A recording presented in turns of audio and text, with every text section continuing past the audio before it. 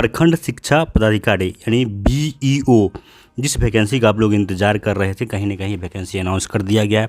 लगभग 1300 से अधिक पदों के लिए जो बहाली है वो होने वाली है। इसको लेकर के नियमावली बिहार सरकार शिक्षा विभाग की तरफ से अधिसूचित कर दिया गया है। क्या कुछ प्रावधान रखा गया है, क्या इसमें कंडीशंस हैं, क्या टर्म्स हैं, कौन कौन लोग इस फॉर्म को भर सकते हैं, कौन नहीं भर सकते हैं, किस तरह से आपको तैयारी करना है, जो शिक्षक TRE 1 है, TRE 2 है, जो TRE 3 से आने वाले हैं, क्या वो इस फॉर्म को भर सकते हैं। इसके अलावे जिन्होंने BEd किया है, जो ट्रेंड है या जो नॉन ट्रेंड है, वो भर सकते हैं या नहीं भर सकते हैं। हर सवाल का आपको जवाब मिल जाएगा। आप लोग से निवेदन है, वीडियो को आखिरी तक ज़रूर से ज़रूर देखिएगा, ताकि इस वैकेंसी को लेकर के किसी भी तरह का कन्फ्यूजन आपके मन में ना रहे।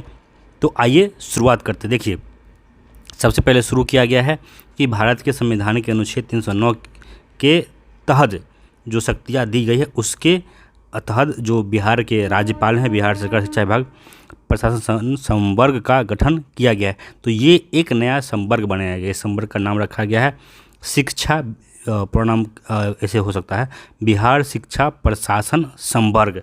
अब देखिए, इसमें जो शब्द जुड़ा हुआ है प्रशासन, यानी जितने भी शैक्षणिक अधिकारी हैं उनके ऊपर जो प्रशासन कह लीजिए उनका, जैसे कि आज जो कैबिनेट मीटिंग हुई उसमें कहा भी गया था कि इनका जो बराबर निरीक्षण करने के लिए, देखरेख करने के लिए किस तरह से जो विभाग है वो काम करती है, इसके लिए ये गठन किया गया है।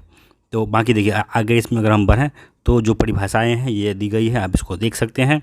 ये वही बातें होती है, इसमें कुछ खास नहीं है।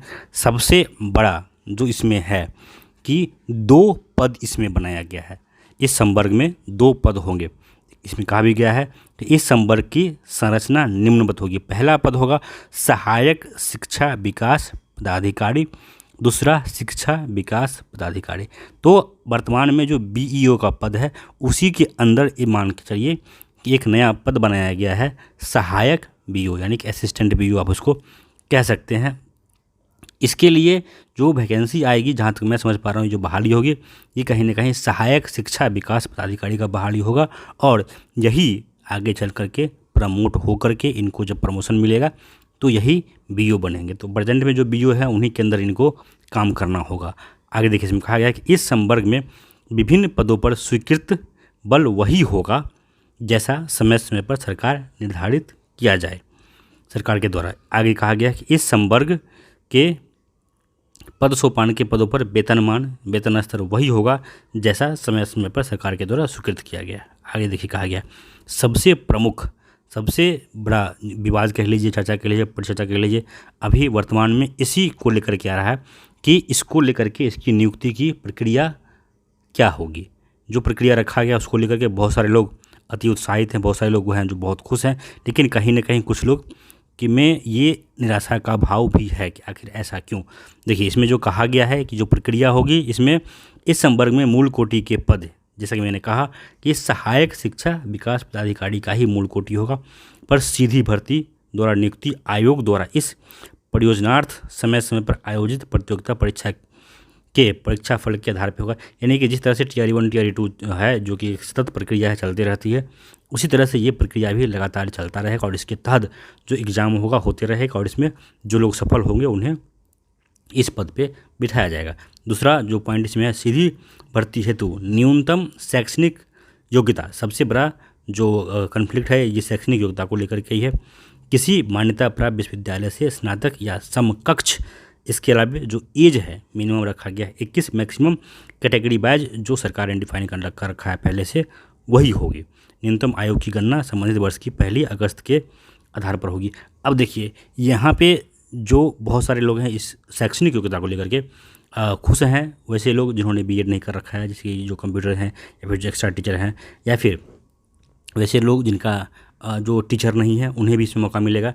वहीं पे कुछ ऐसे भी लोग हैं जो कहीं ना कहीं एक तरह से कह लीजिए कि नाराज़ भी कह सकते हैं, या फिर उदास कह सकते हैं, या फिर कह सकते हैं कि इससे सहमति नहीं रख रहे हैं कि आखिर ऐसा क्यों। इसमें कम से कम, ऐसे लोगों का कहना है कि इसमें कम से कम BEd होना चाहिए था, या फिर MA होना चाहिए था, या फिर जो अनुभव है वो इसमें ऐड होना चाहिए था, लेकिन ऐसा कुछ नहीं है। तो इसको लेकर के एक चीज़ आप लोग यहाँ पर जान लीजिए कि जैसा कि मैंने स्टार्टिंग में ही कहा कि प्रशासनिक पद है, ये शैक्षणिक पद नहीं है, ये प्रशासनिक पद है। तो प्रशासनिक पद में ट्रेनिंग का या फिर बीएड का कहीं से कोई औचित्य रह नहीं जाता है। अगर ये शैक्षणिक पद होता तो फिर वहाँ पे अनुभव को मान्यता दिया जाना चाहिए था। इसके अलावा बीएड एमएड वालों को वहाँ पे रिलीफ मिलना चाहिए था, या फिर कह लीजिए उनको अलग से, या फिर कह लीजिए उनके लिए ही वैकेंसी होनी चाहिए थी अगर ये प्रशासनिक पद नहीं होता। तो इस बात को ज़रा आप लोग समझिएगा ध्यान से। लेकिन क्योंकि यह एक प्रशासनिक पद है तो फिर यहाँ पे इस तरह से किसी भी तरह के डिग्री वालों को रोकने का कहीं से कोई औचित्य नहीं बन जाता है। इसीलिए मैंने पहले भी कई बार कहा था, लेकिन लोग इससे सहमत नहीं थे, तो फिर मैंने इस पर चुप्पी ला दी थी। लेकिन ये मैं पहले से ही कह रहा था कि ये जो वैकेंसी होगी ये नॉर्मल ग्रेजुएशन वालों के लिए ही होगी, और इसमें कहीं से भी बीएड एमएड को कह लीजिए बाध्यता नहीं रह जाएगा।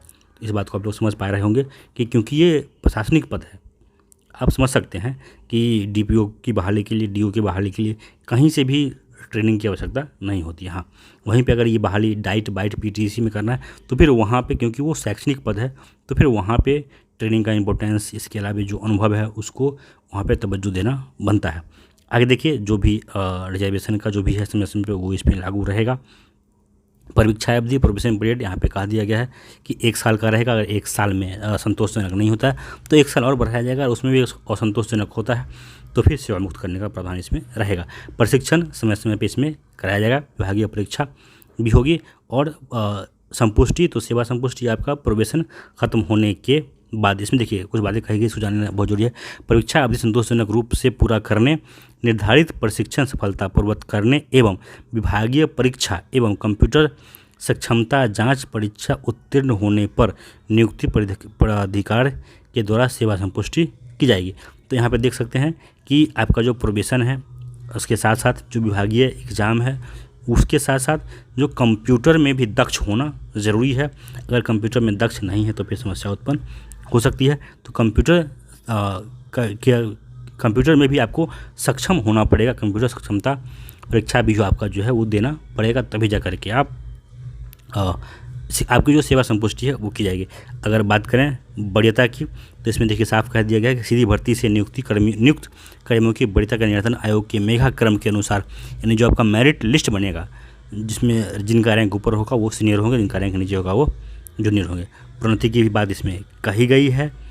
इसके अलावा देखिए प्रोन्नति में अगर देखें हम लोग तो कहा गया है कि सेवा संपुष्टि कर्मियों की संवर्ग के उच्चतर पदों पर प्रोन्नति वरीयता सह योग्यता के अनुसार विभागीय स्तर पर प्रोन्नति हेतु गठित समिति के अनुशंसा के आधार पर की जाएगी।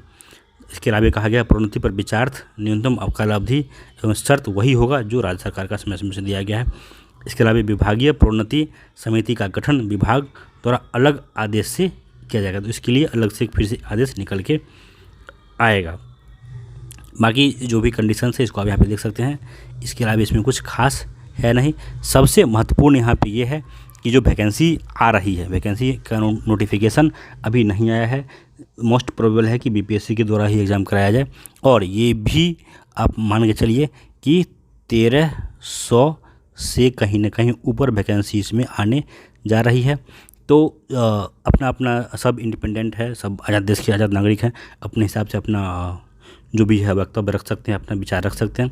लेकिन आप अगर एक्टिव हैं, सजग हैं, अगर चाहते हैं मौका का फ़ायदा उठाना, तो इन सभी नकारात्मक चीज़ों से दूर रहिए और तैयारी में लग जाइए, क्योंकि 1300 पद कम नहीं होता है।